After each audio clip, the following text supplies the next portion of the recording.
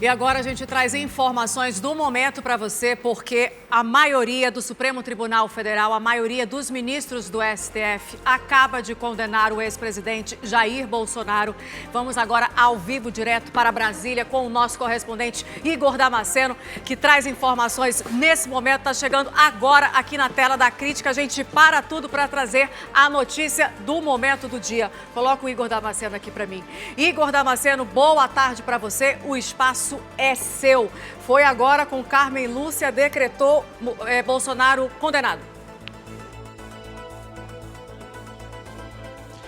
Nayandra, boa tarde a você, boa tarde também a todos que nos acompanham. Agora são 4 horas e 11 minutos no horário de Brasília, 3 e 11 em Manaus, e a gente interrompe agora para falar que, por maioria de votos, o ex-presidente Jair Bolsonaro está condenado pelo Supremo Tribunal Federal, a primeira turma do STF, por tentativa de golpe de Estado, abolição violenta do Estado Democrático de Direito, organização criminosa armada, deterioração do patrimônio tombado e dano qualificado. Cinco crimes que foram impostos ao ex-presidente Jair Bolsonaro na ação penal que tramita aqui na primeira turma do Supremo Tribunal Federal. A maioria de votos veio por meio da leitura do parecer da ministra Carmen Lúcia. Há cerca de 1 hora ela está votando, esse voto ainda não acabou. Carmen Lúcia está ainda proferindo a leitura do parecer, mas ela já adiantou que considera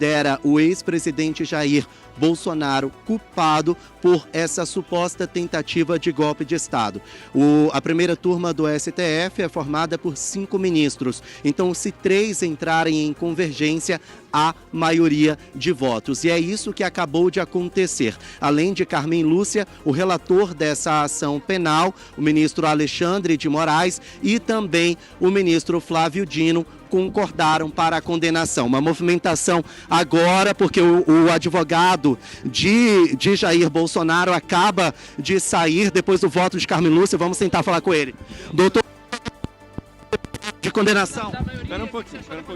Você não vai falar, não? Agora não vai comentar agora? Agora não. Vai conversar com o Bolsonaro para o Supremo depois? Bom, advogado Paulo da Gente, então, o advogado do ex-presidente Jair Bolsonaro, doutor Paulo César Bueno, não quis falar, Paulo Cunha Bueno, desculpa, não quis falar com a imprensa logo depois que o cliente dele, o ex-presidente Jair Bolsonaro, foi condenado por maioria de votos aqui no Supremo Tribunal Federal. Vocês viram uma correria, porque mais de 500 jornalistas acompanham esse julgamento desde a semana passada aqui no STF. São 60 jornalistas de veículos internacionais. Os olhos do mundo inteiro estão voltados aqui para o Supremo Tribunal Federal. Então vocês viram a correria. O advogado de Jair Bolsonaro deixou o plenário da primeira turma logo depois que o cliente dele, o ex-presidente, foi condenado por maioria de votos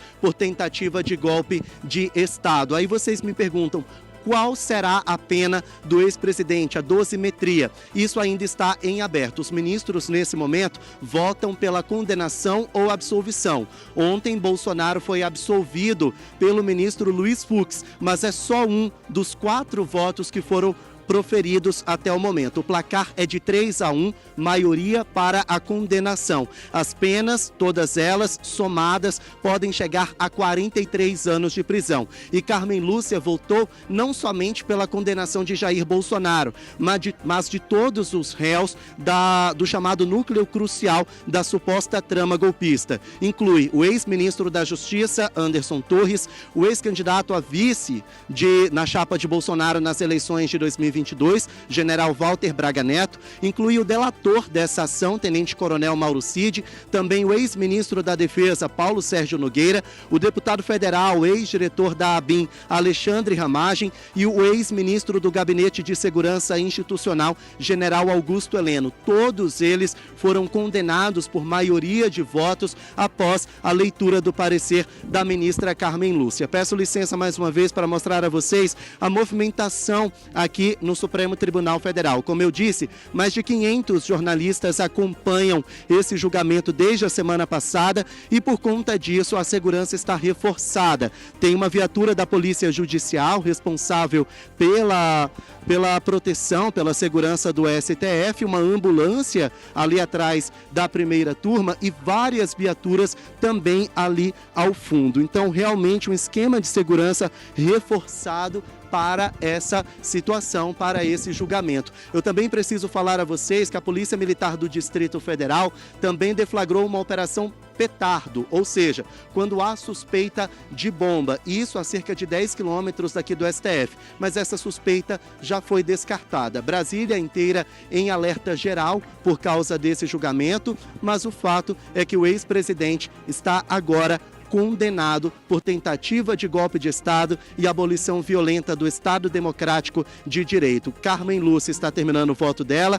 Em seguida vem o último voto, que é do presidente da turma, ministro Cristiano Zanin, e ele já deu a entender que vai acompanhar o relator. Ou seja, o placar final deve ser de 4-1 pela condenação de todos os réus e amanhã vai ser discutido a dosimetria. Qual a pena de cada um deles. Em relação a Jair Bolsonaro, a pena pode ultrapassar 43 anos de prisão. Nayandra. Obrigada, Igor Damasceno, pelas suas informações. Igor, você está falando aí, eu estou ouvindo as suas informações, mas eu preciso perguntar isso de você, como aquela pessoa que está como testemunha de tudo que está acontecendo aí nos bastidores em Brasília.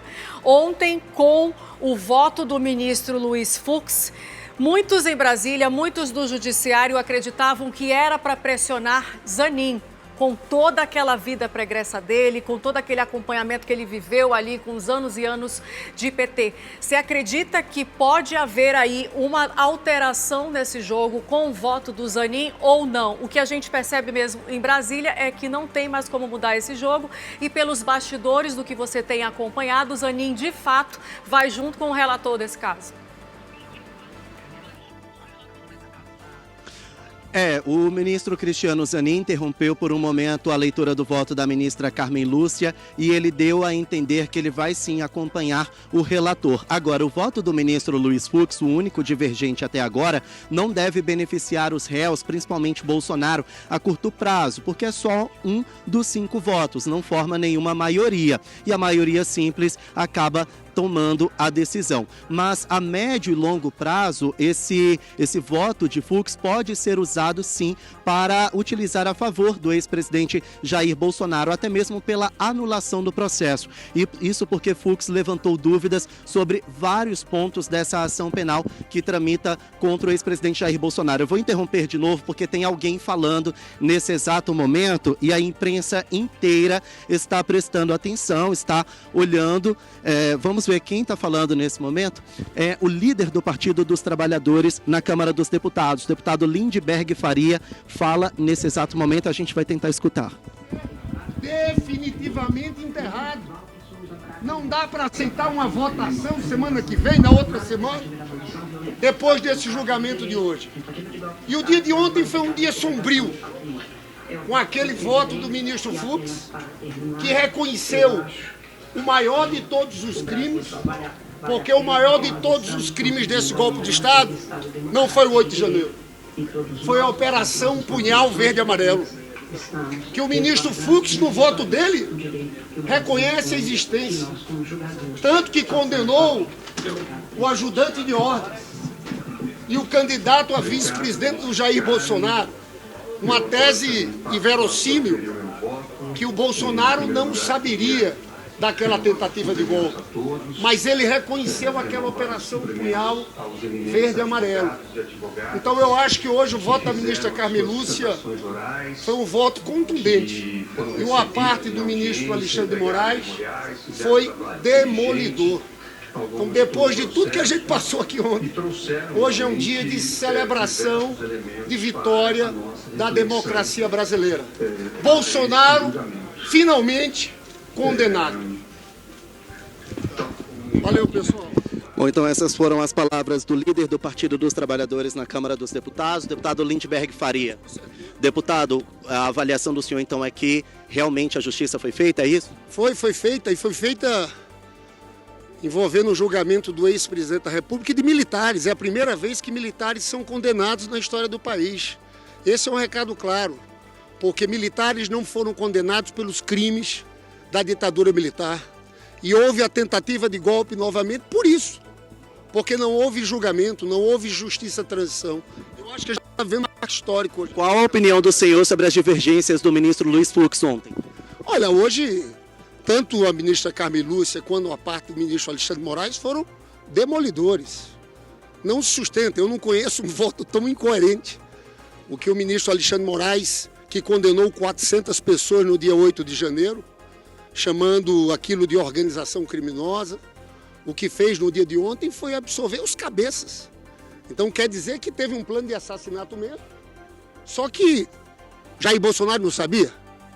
Foi feito pelo ajudante de ordens. Eu acho que o ministro Alexandre de Moraes, naquela parte, demoliu isso. Foi feito pelo vice dele. Seria um golpe surpresa? Eles iam dar um golpe e Bolsonaro ia ser comunicado depois. É claro que isso não se sustenta. Mas eu acho que o mais importante aconteceu. Esse julgamento é um julgamento histórico. Bolsonaro está definitivamente condenado e vai ser preso pela trama golpista. Então essas são as palavras do líder do Partido dos Trabalhadores na Câmara dos Deputados, o deputado Lindbergh Faria, ele que demonstra então essa satisfação pela condenação do ex-presidente Jair Bolsonaro. Eu estou falando, mas estou tentando mover a câmera aqui para poder me posicionar direitinho. Acho que agora vai. Então essas foram as palavras de Lindbergh Faria, fazendo uma forte crítica ao ministro Luiz Fux, o único voto divergente. Ontem, Fux votou apenas pela condenação do candidato a vice de Bolsonaro, o general Walter Braga Neto, e o ajudante de ordens, o Mauro César Barbosa Cid, o Mauro Cid. Na opinião de Luiz Fux, eles dois teriam então tentado abolir de forma violenta o Estado Democrático de Direito sem a ciência do ex-presidente Jair Bolsonaro. Foi um voto bastante polêmico, um voto que deu o que falar aqui em Brasília, mas é um voto único em todo esse processo. Por enquanto, o placar de 3-1. A ministra Carmen Lúcia acabou de terminar o voto dela, agora é o voto do ministro Cristiano Zanin. O placar final realmente deve ser de 4-1 pela condenação de todos os réus. A gente vai seguir acompanhando, Nayandra, a qualquer momento posso voltar com novidades. A prioridade da programação da Crítica, você já sabe, Igor Damasceno, hoje é sua, ao vivo, direto da capital federal, trazendo as atualizações do julgamento, agora a condenação do ex-presidente Jair Bolsonaro. Obrigada, meu amigo querido. Um excelente trabalho para você.